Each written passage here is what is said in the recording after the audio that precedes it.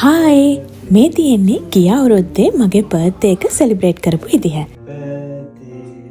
හරියටම අපේ සුදුමැණික හම්බ වෙලා දවස් 2කට පස්සේ තමයි මගේ බර්ත්ඩේ එක තිබුණේ.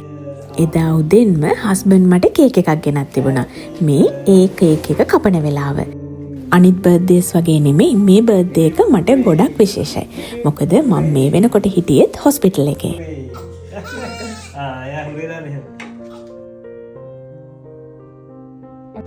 මේ තියෙන්නේ එදාම හවස.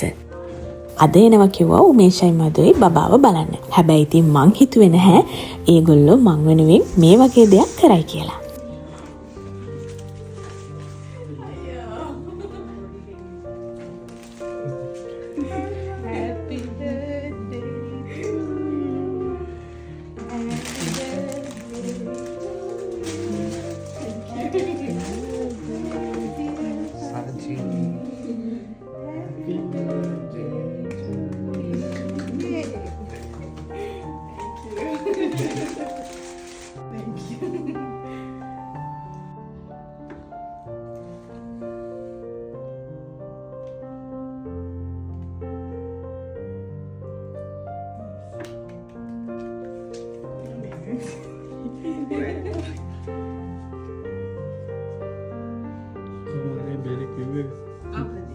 ඉතින් මෙන්න මේ විදිහට තමයි මගේ බර්ත්ඩේ එක දවසේ මට හම්බුණ දෙවනි කේක් එක මං කැපුවේ.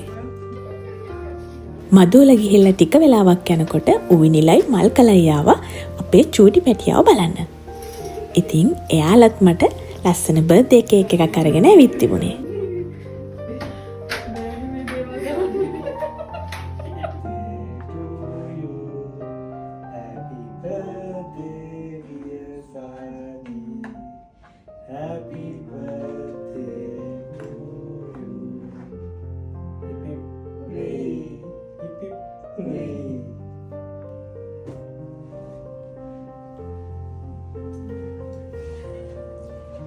ඉතින් මෙන්න මේ විදිහට තමයි ගිය අවුරුද්දේ මගේ බර්ත්ඩේ එක දවසේ ගත වුණේ.